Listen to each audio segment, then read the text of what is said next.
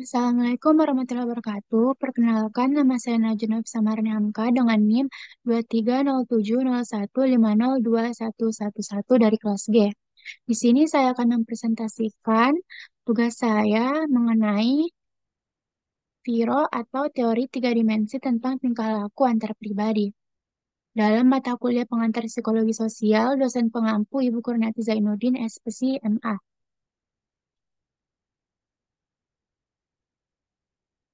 Di sini saya akan menjelaskan definisi dari VIRO. VIRO adalah singkatan dari Fundamental Interpersonal Relation Orientation. Teori ini dikemukakan oleh Sachs pada tahun 1995 dan 1998, dan pada dasarnya mencoba menerapkan perilaku-perilaku antar pribadi dalam kaitannya dengan orientasi atau pandangan masing-masing individu kepada individu lainnya. Awal dari teori ini bermula dari minat Sachs terhadap pembentukan kelompok-kelompok kerja yang efektif. Secara singkat, teori Viro adalah pola hubungan antar individu yang pada umumnya dapat dijelaskan dalam kaitan dengan tiga kebutuhan antar pribadi, yaitu inklusi atau keikutsertaan, kontrol atau pengendalian, dan afeksi atau kasih sayang. Kebutuhan ini terbentuk pada masa kanak-kanak dalam interaksi dengan orang dewasa, khususnya orang tua. Pada masa dewasa, kebutuhan akan inklusi tergantung pada sampai di mana anak diintegrasikan dalam kelompok keluarga. Kalau anak tidak cukup diikutsertakan dalam keluarga, maka pada saat dia dewasa akan timbul perasaan tidak berarti, tidak dianggap, tidak berharga, dan insignifikan. Postulat-postulat. Teori Viro oleh Sachs diuraikan ke dalam 4 postulat dan beberapa prinsip. Postulat yang pertama, postulat tentang kebutuhan antar pribadi. Setiap orang mempunyai tiga kebutuhan antar pribadi, inklusi, kontrol, dan afeksi. B. Inklusi, kontrol, dan afeksi adalah tiga rangkaian perilaku antar pribadi yang cukup untuk meramalkan dan menerangkan gejala-gejala antar pribadi. Postulat kedua, postulat kesinambungan hubungan. Perilaku seseorang dalam hubungan antar pribadi akan sama dengan perilaku yang telah dialami dalam hubungan terdahulu, khususnya dengan orang tuanya dengan cara berikut. A. Prinsip kajangan. Prinsip ini, kalau seorang dewasa melihat posisinya dalam hubungan antar pribadi serupa dengan posisi dalam hubungan anak orang tuanya, maka reaksi orang dewasa tersebut serupa dengan perilakunya terhadap orang tua semasa kanak-kanak. B. Prinsip identifikasi. Jika seseorang dewasa mendapatkan dirinya berada dalam suatu hubungan antar pribadi di mana posisinya serupa dengan posisi orang tua dalam hubungan orang tua anak sewaktu masa kanak-kanak, maka ia akan melakukan perilaku yang serupa dengan perilaku orang tuanya di masa itu. Postulat yang ketiga, postulat kompatibilitas. Jika kompatibilitas sebuah kelompok N lebih besar daripada lainnya, atau M, maka pencapaian tujuan N akan melebihi M. Dan postulat terakhir, postulat perkembangan kelompok. Pembentukan dan perkembangan hubungan antara dua orang atau lebih atau satu kelompok selalu mengikuti urutan yang sama. C. Prinsip integrasi kelompok, dan D. Prinsip pencarian kelompok.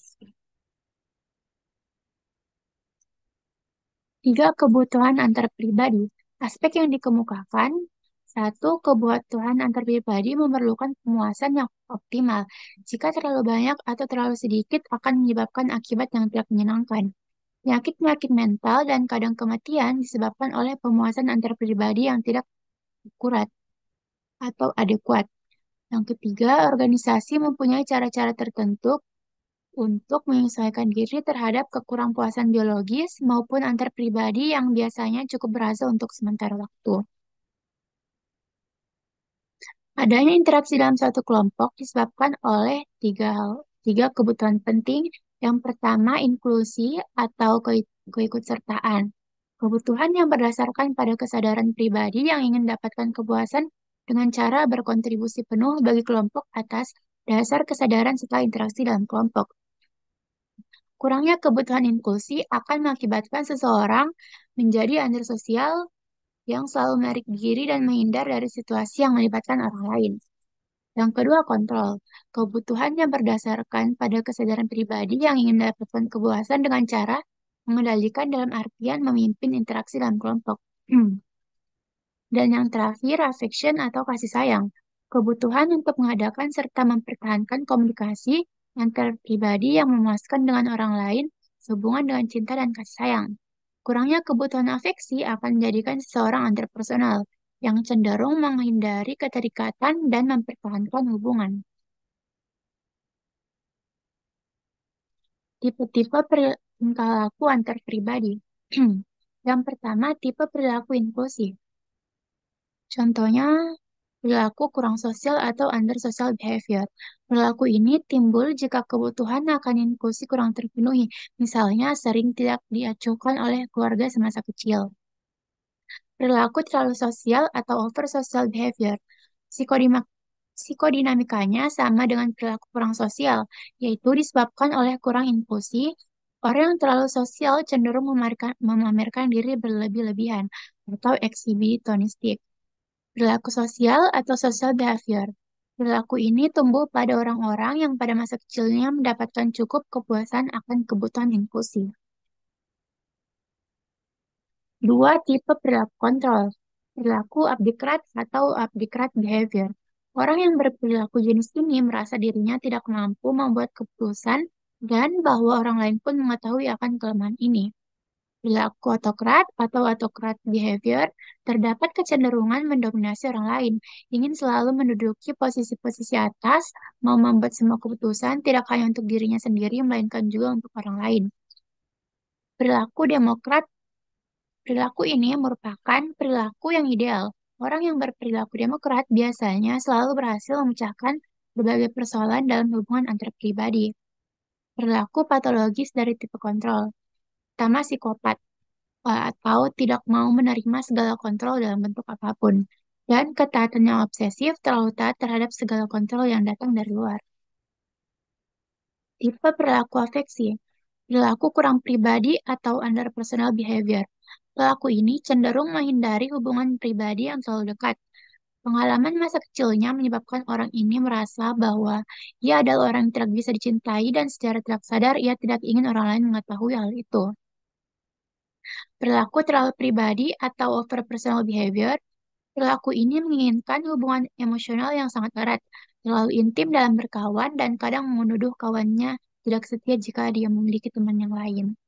Perilaku pribadi atau personal behavior, perilaku yang ideal, ia tidak punya kecemasan-kecemasan dan yakin bahwa ia adalah orang yang patut untuk dicintai. Dan yang terakhir adalah perilaku patologis dari tipe afeksi ini adalah psikoneurosis. Psikoneurosis atau gangguan neurosis adalah suatu penyakit yang mengakibatkan konflik-konflik batin, reaksi-reaksi kecemasan, dan ketakutan yang berlebihan.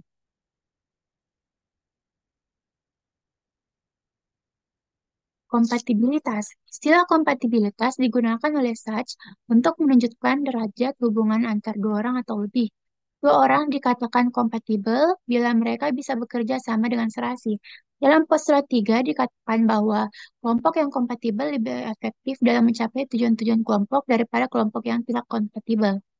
Dalam hubungan ini, Sachs membedakan tiga jenis kompatibilitas dan selanjutnya mengemukakan beberapa teorem tentang kompatibilitas, yaitu kompatibilitas saling terkait atau interchange compatibility, kompatibilitas asal-usul atau originator compatibility, dan terakhir kompatibilitas timbal balik atau reciprocal compatibility. Perkembangan kelompok. Rumusan Sachs tentang perkembangan kelompok dipengaruhi oleh teori Bennis dan Shepard. Begitu suatu kelompok terbentuk, mulailah tahap inklusi. Setelah pertanyaan-pertanyaan tentang inklusi teratasi, maka muncullah persoalan kontrol di mana timbul masalah pengambilan keputusan. Pada tahap yang berikut, kelompok itu meningkat ke tahap afeksi. Pada tahap yang berikut, ketiga tahap itu tidak terpisah atau sama atau satu sama lain dengan tajam.